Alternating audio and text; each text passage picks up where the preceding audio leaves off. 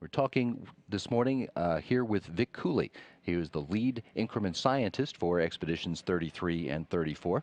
Vic, appreciate hanging with us as we've waited to find out when this is going to happen. Let's start by getting you to explain what this small satellite deployer demonstration is all about. Well, thank you, Pat. Good morning to you. Yes, it's a pretty exciting day to be here in the flight control room. The demonstration of the small sat deployment system is all about adding yet one more capability to our wonderful space station. You know, the small sat, or otherwise known as CubeSat, that design was actually engineered by Cal Poly back in 1999, and it included a deployer. Now JAXA has modified that slightly and has launched it to the space station on the HTV vehicle earlier this summer. And now there are 5 satellites there, and they will be ejected when we get to this activity, which is now probably postponed because of the ATV situation and the dam. But it is to demonstrate that capability from a permanently manned orbiting vehicle. So far, these satellites have been ejected from non-manned vehicles, which are very expensive to launch, and the whole idea is about lowering cost.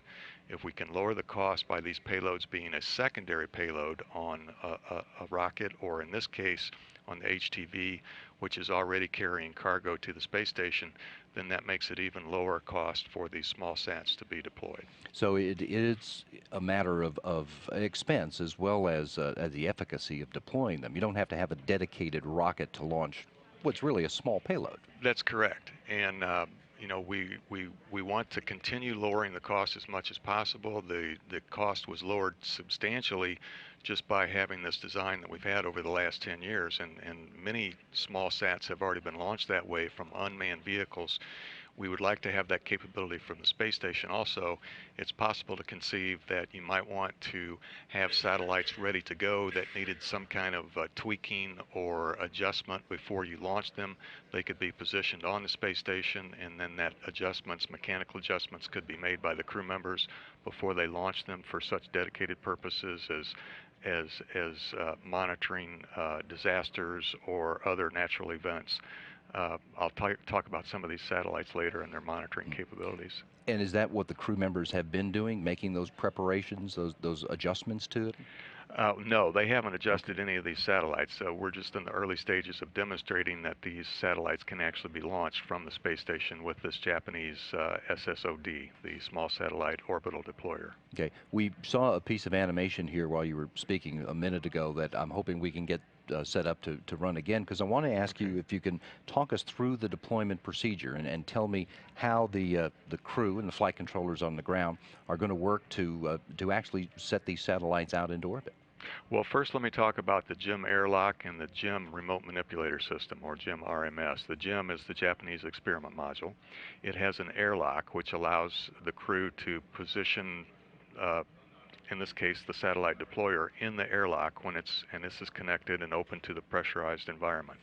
Then they close the hatch behind the satellite deployer, and then they can depressurize that airlock such that now the deployer can slide out into the vacuum of space and be retrieved by the JIM RMS and then positioned for deployment. So to recap that, the crew members have the satellites inside the station, but they attach it to this slide and through the airlock present it outside so that the Japanese robotic arm can grab it and begin to manipulate, put these out to be deployed. Yes, and it's a choreographed sequence of steps between the ground and Aki Hoshide on the space station. So there's the way it starts out is Aki will position the satellites on the table, and he will then close the hatch such that the satellites are now in the airlock, and the hatch is closed on the inside. He will then command the airlock to be depressed, and he will open the hatch on the outside of the airlock, and this is all by commanding. He's not physically doing this himself.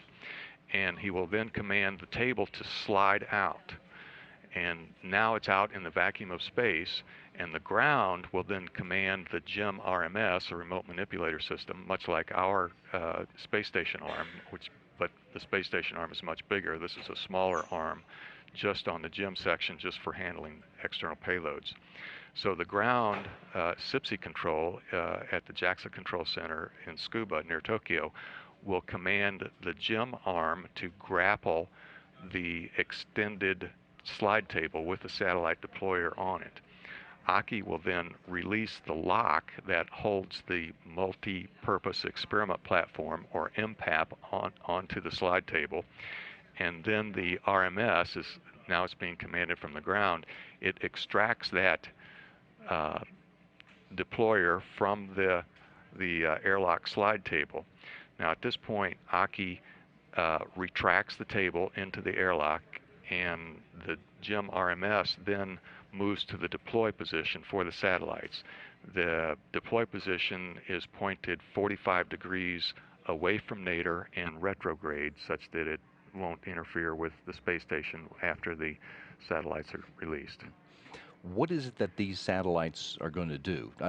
You said there are 5 satellites. In general, what's the mission of these satellites once they're deployed? Well, let me talk a little bit about the satellites first. As I mentioned, this satellite design has been a standard for over 10 years now, and they are 10-centimeter cubes weighing no more than 1.2 kilograms, or about 3 pounds. So in this particular case, there are 5 of these satellites. One of them is actually 2 of those 10-centimeter cubic units. There are 2 chutes, or GEM satellite deployers, and 3 of the 10-centimeter cubes can fit in each chute. The first deployment will be done by Aki. The second deployment will be done by the SIPSI ground control. But in this case, the 5 satellites consist of all of them, with one exception, were designed and built by students at universities. One of them was built by San Jose State University, and that's called TechEdSat. And it will need to refer to my notes here. It transmits elapsed time, temperature, voltage, and current, and any error messages that the microprocessor has encountered over a ham radio. All of these satellites have solar panels on them to produce power, and they all transmit signals of some sort, in this case ham radio signals. Another satellite, which is provided by the company called NanoRacks, who in turn goes out and gathers customers who want to launch small satellites. In this case, their customer is a Vietnamese university, and the students from that university have designed a satellite that will take images of the Earth and possibly capture images of and be able to do ship tracking, detect forest fires, and do atmospheric research. The other 3 satellites were designed by Japanese students or companies, and one of them that is very interesting is the FitSat. This satellite actually has LEDs on it that flash very brightly, but flashing is the key here because they're not on continuously. They don't consume that much power, but when they are on, they're very bright, so bright that you might be able to see them from ground sites within Japan. They're described as 100 watts of LEDs. Now, a watt is an amount of energy per time unit, so since they're flashing, you really have to take out the time aspect of it.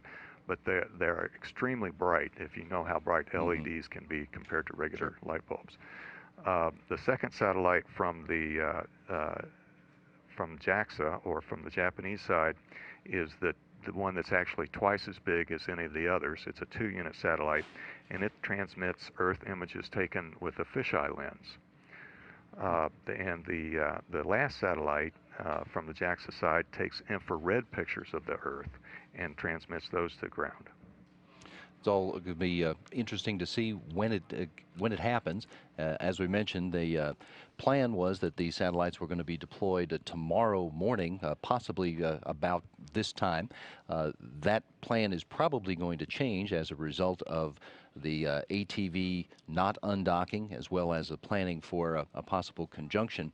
But it's another interesting scientific aspect of what's going on. Very briefly, give me a sense of what we can look forward to in science during Expedition 33 and 34?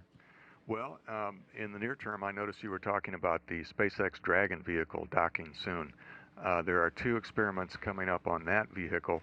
One is called Micro 6. This looks at the yeast fungus, also known as the thrush fungus, which people can get in their mouths. It turns out that the yeast fungus is actually present on all of our bodies. It's an opportunistic pathogen. It's just waiting for a chance to flourish when a person's immune system becomes compromised. And we know from other studies that astronauts' immune system, just because they're out of their natural environment and in a microgravity environment, their immune system does become compromised. So you can understand that there would be a very serious health risk, the yeast infections in this case. So this experiment actually grows yeast in a microgravity environment and looks at the genetic changes that happen with that yeast growing in a microgravity environment. Another sortie experiment, as we call it, which will go up on the SpaceX vehicle and come down approximately 25 or 30 days later on the same vehicle, looks at plants and their resistance against gravity on the Earth. It turns out this experiment is called resist tubule, and the act of resisting the pull of gravity and being able to hold itself up is where the resistance comes from. The tubule refers to structures inside plant cells that give those cells their strength so that they can resist gravity. So there are Earth applications as well as space applications for this experiment. On Earth, a plant can spend up to 50% of the energy it acquires from the sun just resisting gravity. But as we continue to use genetically modified organisms for our food, plants may not need to spend that much energy resisting gravity because they change their shape and so forth, but they still may grow these structures to resist gravity. So if we can control how much energy the plant puts in resisting gravity, we might be able to increase food production for plants on Earth. In space, obviously, for long duration trips, it would be very desirable to be able to, for the astronauts to grow their own food in space, and that it has space applications also. It's great. We look forward to seeing all of that. Vic, thanks for coming this morning. You're welcome, Appreciate it. Pat. Vic Cooley is the lead increment scientist for Expedition 33 and 34. Thank you.